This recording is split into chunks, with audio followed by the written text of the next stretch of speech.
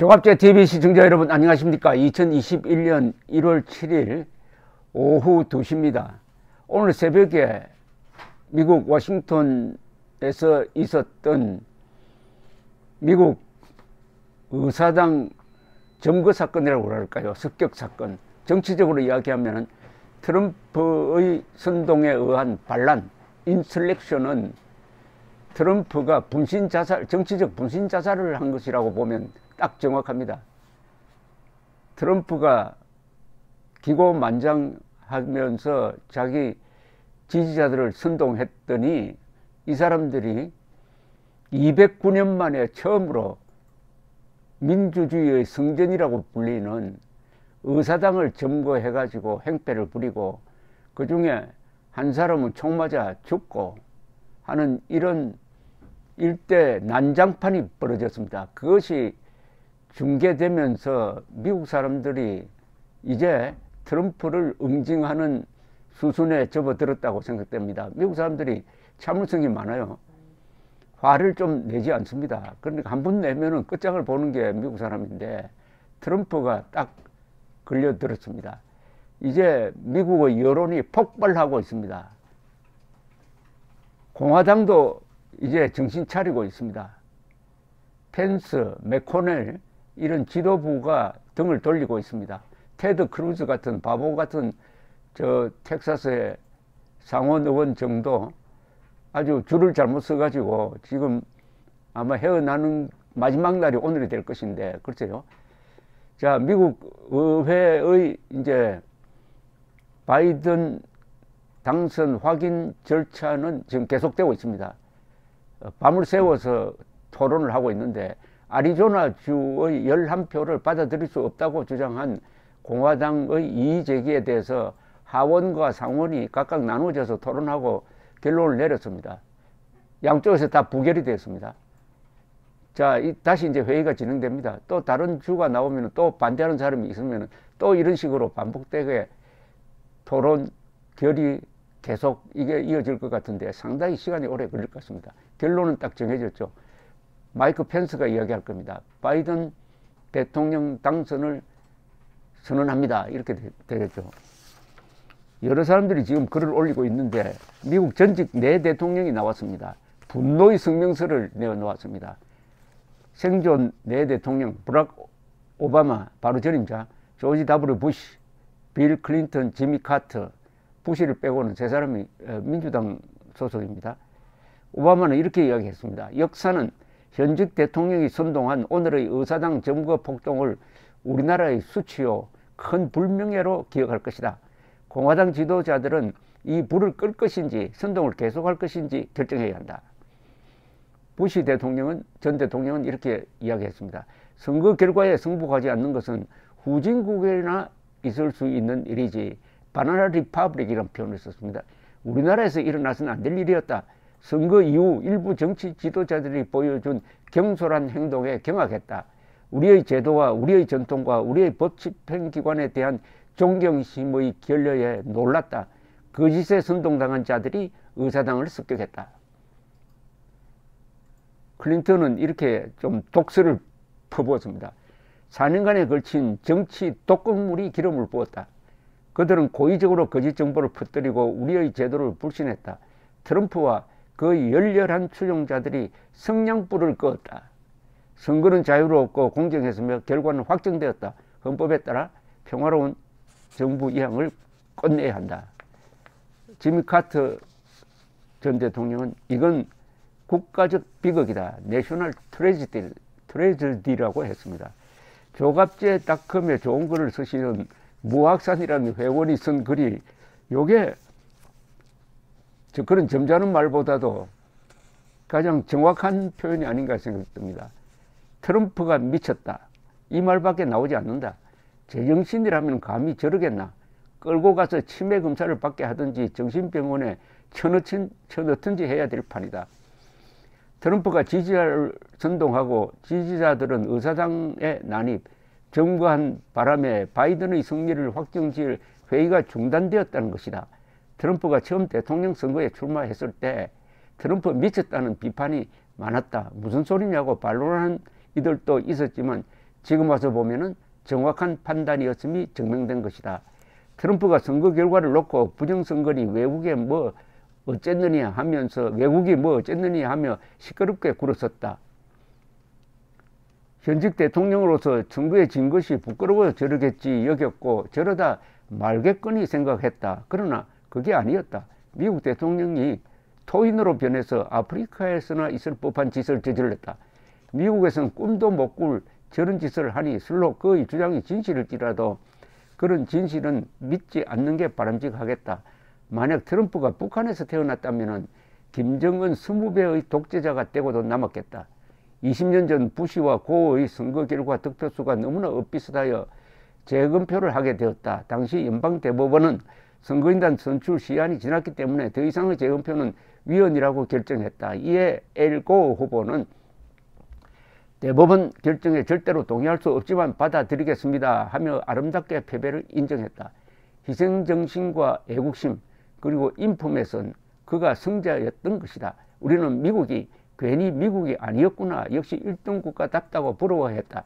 이 1등 국가에 트럼프가 먹칠을 했다.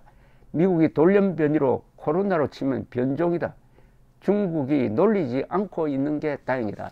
지금 세계 지도자들도 일단 성명을 내면서 규탄을 하고 있는데 그건 누굴 규탄하는 이야기냐 하면 트럼프를 규탄하고 있습니다.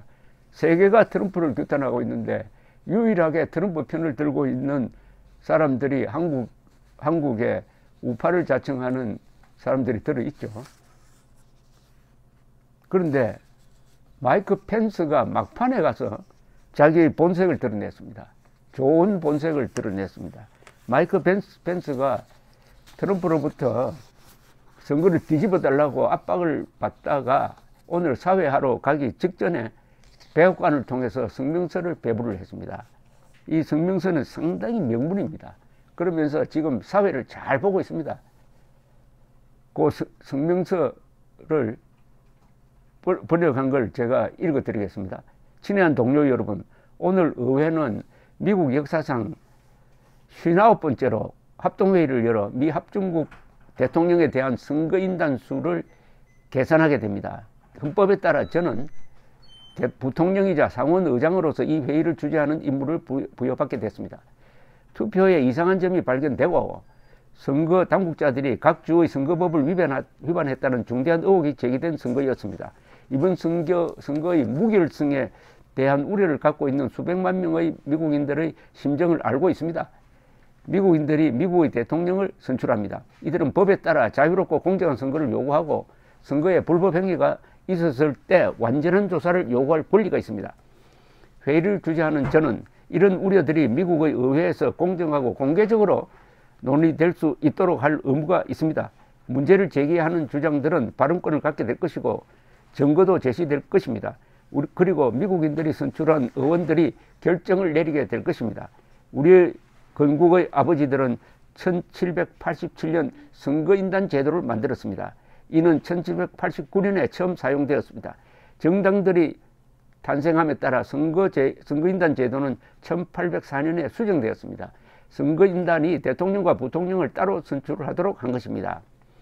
1876년 선거에서는 광범위한 선거 부정 및 불법 행위에 대한 의혹이 제기됐습니다.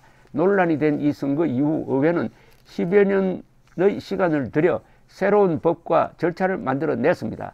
선거인단 계산 방식과 문제 제기가 있었을 시 어떻게 합의를 내리는지를 결정했습니다. 선거인단 개수법이 통과된 지 130년이 지났습니다. 이때부터 의회는 4년마다 예외 없이 선거인단을 법에 적힌 공식 절차에 따라서 개표했습니다. 이때 개짜는 계산할 때 할 개짜입니다. 올해 선거를 둘러싼 논란을 고려할 때 어떤 사람들은 이렇게 4년마다 치러지는 전통적 행사를 매우 기대할 것이고 일부는 이를 경멸하며 바라볼 것입니다. 어떤 사람들은 부통령인 제가 독자적으로 선거인단 투표를 인정하거나 거부할 수 있다고 믿습니다. 어떤 사람들은 상하원 합동회의 과정에서 선거인단 투표에 대한 어떠한 문제 제기도 이루어져서는 안 된다고 믿습니다.